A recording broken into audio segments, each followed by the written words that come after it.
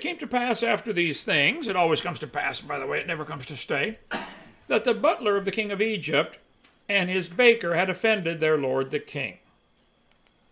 And Pharaoh was wroth against two of his officers, against the chief of the butlers and against the chief of the bakers. Now, we don't know that the baker and butler who offended the king are the same ones here as the chief.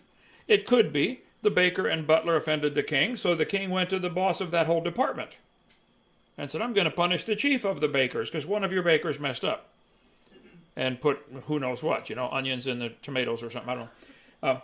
But whatever he did, the king got mad about it. And he put them in ward, means he locked them up in prison, in the house of the captain of the guard, into the prison where the place where Joseph was bound. See, Joseph was already thrown in prison because his boss's wife lied about him. So this whole thing is going to work together for good. See, Joseph loved God. And Romans 8:28 says, all things work together for good to them that love God, to them that are the called according to his purpose. It doesn't say everything is good. It says it'll work together for good. And I can vouch for that after nearly 9 years in prison, being moved all over the country. It works together for good if you just keep your heart right with God. That's really the simple secret to life. Why am I doing way back there? Let's get this up a little further. Okay. I wondered, what is he doing way back there? Okay. It's me, oh Lord, standing in the need of prayer. So they put him in where Joseph was, and the captain of the guard charged Joseph with them. And he served them, and they continued a season in ward. I don't know how long a season is. Is that 3 months or 6 months or 10 years? I don't know. Let's assume it's a couple of months. So Joseph is in charge of these two guys. So here's Joseph in charge of the prisoners. Every place he goes, he rises to the top. You could hire, if you're the right kind of worker, you could hire into McDonald's, and in the first 2 weeks, you learn how to do everything. Where's the straws and the napkins and wash the tables and all this stuff. Within 2 weeks, you'll probably get settled in. If you do it right, if you learn to see what needs to be done and just do it, you notice, hey, the medium cup rack's about empty. I'll go get some more out of the warehouse and fill it. Pretty soon the boss is going to say, I never have to tell this guy what to do. I'm going to make him the assistant manager on the night shift or something. Within 6 months, you'll be the manager. Within 3 years, you'll be the owner. Just be the right kind of worker. It's really great. People are wanting badly to hire somebody who's willing to just be a right kind of worker. Honest, dependable, on time, and do the job. So the baker and the butler dreamed a dream, both of them, each man his dream in one night. Each man according to the interpretation of his dream. The butler and the baker of the king of Egypt, which were bound in the prison. And Joseph came in the morning. I apologize for the throat here. And people say, oh, try local honey. Okay, let's see. Have it right under my desk. Okay, we had to milk the bees at 4 in the morning to get it. Very hard to milk a bee. You try it sometime. Okay. Anyway, Joseph came in the morning and looked upon them, and they were very sad. And he asked Pharaoh's officers that were with him in the house, in ward in the Lord's house, saying, wherefore look ye so sadly today? What's up, guys? What are you upset about? And they said unto him, we have dreamed a dream, and there is no interpreter of it. And Joseph said to them, do not interpretations belong to God? Tell me them, I pray you. Whoa. Interpretations belong to God, so tell them to me? Yeah, Joseph is saying, I think I know the Lord well enough that he might reveal it to me. You need some godly people to give you counsel. People call me once in a while and ask for advice, and I give it to them. I got half a dozen kids that say, would you be my adopted grandpa? I say, well, sure. But listen carefully. If I'm going to be your adopted grandpa and you call me for advice, I'm going to give it to you straight, whether you like to hear it or not. Okay? I'm going to tell you as I see it. So if you want me to be your adopted grandpa, give me a call. 855-BIG-DINO, extension 3. Not during Bible study time. But I'll be glad to talk to you. Okay, so he knew, hey, I love the Lord, and I think God may tell me what this dream was.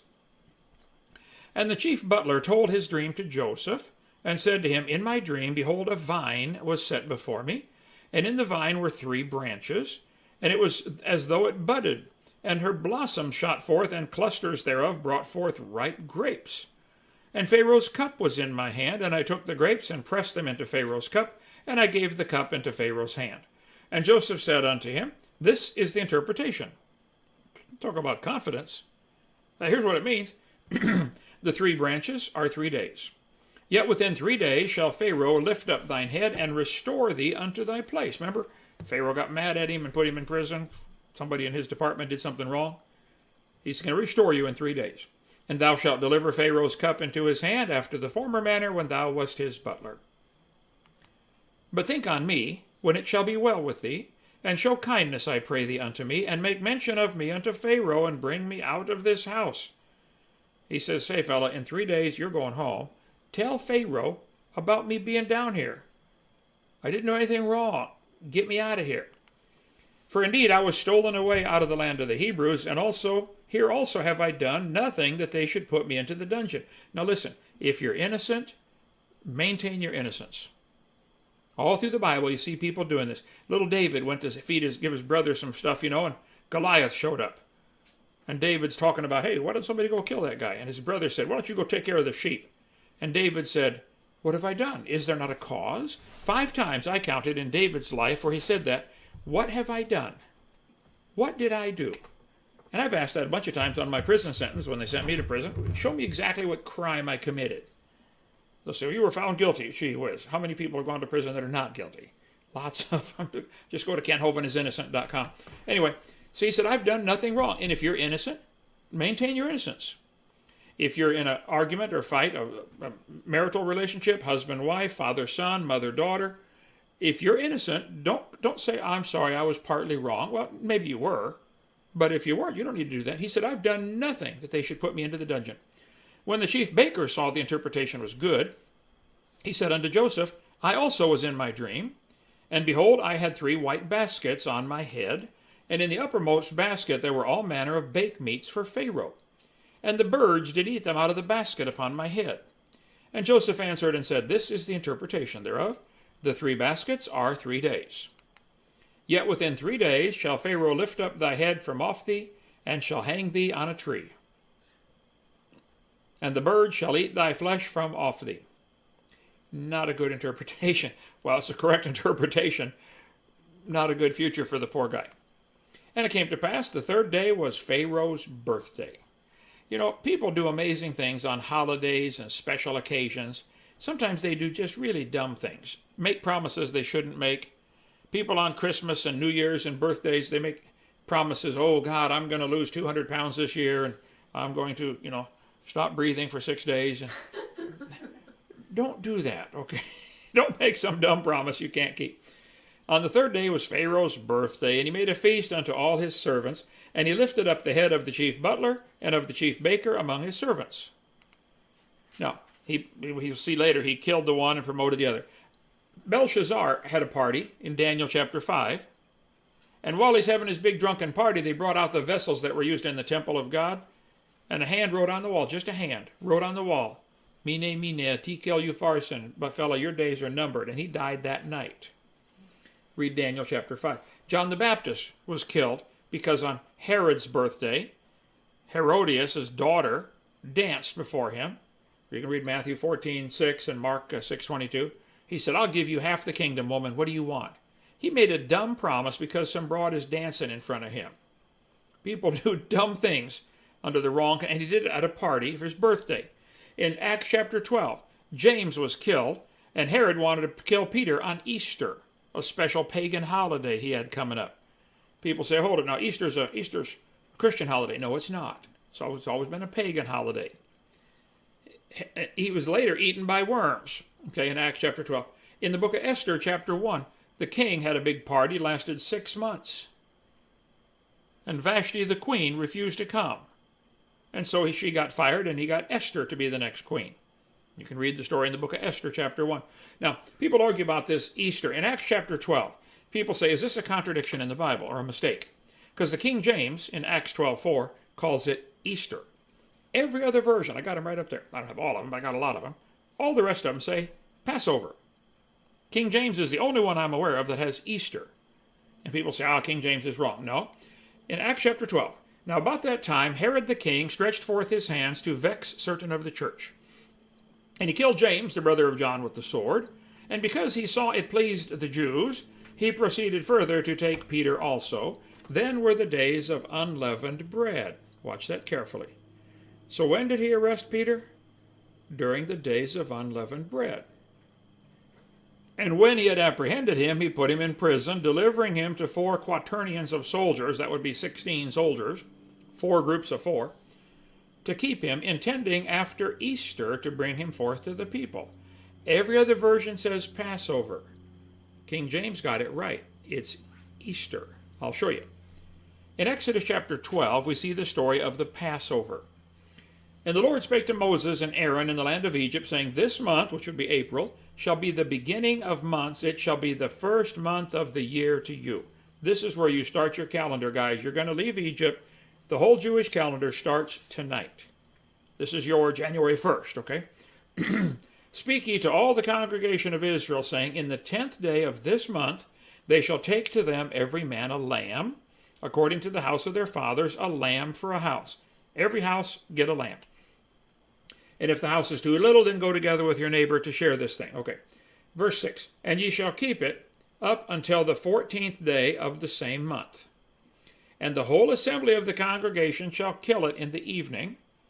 And they shall take of the blood and strike it on the 2 side posts and on the upper door post of the houses, wherein they shall eat. They shall eat the flesh in that night. So on the 14th, they kill the lamb, eat the flesh, roast it, anything left over, throw it away. You're not allowed to eat it the next day. Burn it up with fire. Don't throw it away. Burn it up, okay? And thus ye shall eat it with your loins girded, your shoes on your feet, your staff in your hand, and ye shall eat it in haste. I want you to eat this meal, eat this lamb, shoes on, stick in your hand, ready to go hiking, fully clothed, and eat the meal really fast. It is the Lord's Passover. Because that's the night God passed over them. If they had the blood on the door, he passed over them. So it's called the Passover. For I will pass through the land of Egypt, and I will smite all the firstborn, both man and beast, and against all the gods of Egypt I will execute judgment. I am the Lord. And the blood shall be to you for a token upon the house where you are. When I see the blood, I will pass over you. There's a song. When I see the blood, when I see the blood, when I see the blood, I will pass over you. What's the name of that one? When I See the Blood, I think is the name of it. Anyway, it's in the songbook. Okay, who cares? So this is when's the Passover? The Passover is the night they kill the lamb. And this day shall be to you for a memorial. This is one of your parties you're going to keep every year. You know, we have holidays. This is going to be a new holiday for you Jews, okay? Ye shall keep it a feast to the Lord through your generations. Ye shall keep it a feast by an ordination forever. 7 days shall ye eat unleavened bread. You're going to kill the lamb on the 14th, and for the next 7 days, you're going to eat unleavened bread. Because you're going to be running from Pharaoh trying to get across the Red Sea, and you're not going to have time to sit and let your bread rise and bake it in the ovens like you normally would. So I want you to put the bread on the thing on your shoulder, wrap it up, and run. And every day you're going to eat unleavened bread, which is bread that hasn't risen yet. You normally at the communion table, when you have communion at a church, they'll have unleavened bread. Bread that hasn't risen and got the air bubbles in it, okay, from the yeast. So they're going to have the Passover and then the 7 days of unleavened bread after the Passover. Got it? Exodus 12. The first month, the 14th day of the month at even, ye shall eat the unleavened bread until the 21st day. So from the 14th to the 21st, unleavened bread. In the book of Numbers 28, it tells the story. The 14th day of the first month is the Passover, and in the 15th day of the month is the feast. 7 days shall unleavened bread be eaten. So let's get the sequence here. Passover's on the 14th, and then for the next 7 days is the Feast of Unleavened Bread. Here's the thing to consider about Easter. The Passover was at night on the 14th of April. 7 days of unleavened bread followed the Passover. The pagan festival of Ashtar or Istar or Easter, was always held late in April to celebrate the earth regenerating itself. See, the pagan festival of Easter, Istar was a pagan sex goddess, which is why they always have the fertility symbols like eggs and bunnies, like Playboy. Easter bunny, okay? The eggs, the Easter eggs. It's a pagan holiday. These are fertility symbols.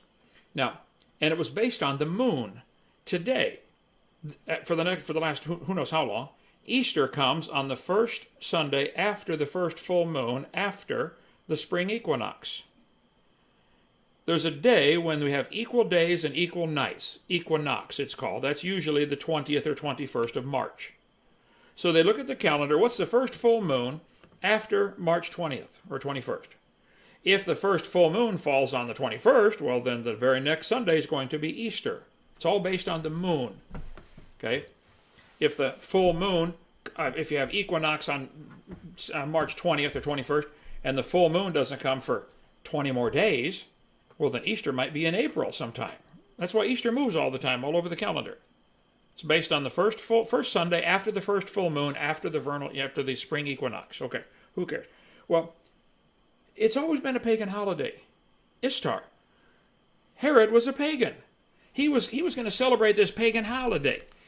The feast days are never called Passover anywhere in Scripture. The Passover was one night. The next 7 days were the days of unleavened bread. Peter was arrested during the days of unleavened bread, which means the Passover was already gone. Herod wasn't waiting till Passover to kill this guy. He's waiting till his pagan holiday of Easter. Herod wanted to kill him during his own pagan festival of Easter coming up in a few days. King James is the only version to get it right on everything I'm aware of. Okay, I've not seen a mistake in there yet. Acts 12. About that time, Herod the king stretched forth his hand to vex certain of the church. He killed James, the brother of John. Then were the days of unleavened bread. He proceeded to take Peter after the Passover's gone. And when he put him in prison, he delivered him to 16 guys, intending after Easter to bring him forth and kill him. Bring him forth to the people. Now, the guy who invented the word Passover, back in the 1300s or 1500s, whenever it was, William Tyndale, did not use the word that he invented, Passover, in Acts 12:4. Well, why not? Why did William Tyndale not use the very word he invented? Thomas Holland demonstrated the days of unleavened bread come after the Passover. That's one reason Tyndale did not employ the word that he invented. The second reason, of course, is because Herod was looking forward to the pagan feast of Ishtar, where we get the word Easter. So Tyndale, who invented the word Passover, did not use the word Passover in Acts 12:4 in his own translation, the Tyndale translation. And we cover all this on video number 7, question answer time, DVD number 7 of my series, which is 2 hours long, 5 hours long, just that one, on 2 DVDs, commonly asked questions. Okay, so back to Genesis 40. So he restored the butler to his butlership, and he gave the cup into Pharaoh's hand. He got his job back. And he hanged the chief baker, just as Joseph had interpreted. Yet did not the chief butler remember Joseph, but forgot him. You ever have somebody make a promise to you and then they forgot? Yeah. Standing there holding the board. Give me a hammer. Okay, I'll be right back.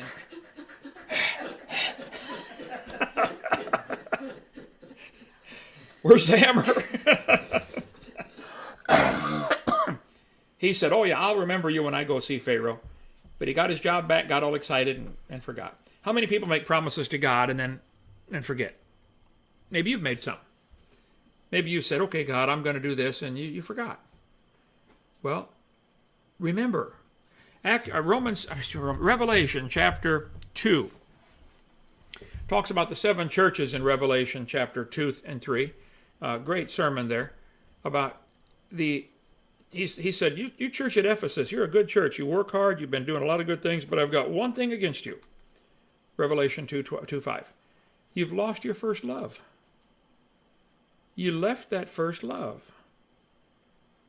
Lady Di, I've been a Christian almost 49 years, and I've seen myself go up and down the roller coaster a million times. Sometimes you're madly in love with the Lord. Other times you lose that first love. You're going to get that same thing, okay? And you see, he gives the formula how to get it back in Revelation chapter 12, verse 5. Remember, therefore, from whence thou art fallen. The first thing you have to do is remember how it used to be. I like to get up on that sand dune and sit in the chairs and look at the stars and just think of all the times where I felt close to God and say, what happened? One guy was driving his car one day, bench seat, and his wife sitting over by the door. He says, "Hey, you used to be over here, under my arm when I drive the car. Now you're over there. Who moved?" The steering wheel's still right here. You moved, not me. Get back over here. Okay. Remember that. Just remember how it used to be. And then repent. And then do the first works.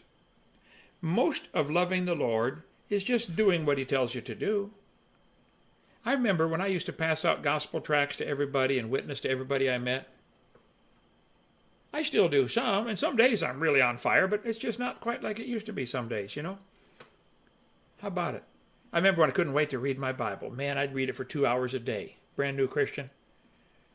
Remember, repent, and repeat. Revelation chapter 12 and verse number 4 and 5. We've got a message on that called First Love. If you want to get that in our topical series. We have some singles of that one. We're waiting on getting the DVDs for them. And the They will DVD... hopefully be coming The tomorrow. DVD production crew is back tonight, so go over there and crack the whip, okay? So, how about you? If you're not a Christian, you need to get in the family of the Lord. You need to ask him to save you. If you are a Christian and you've left that first love, get it back. Remember, repent, and repeat.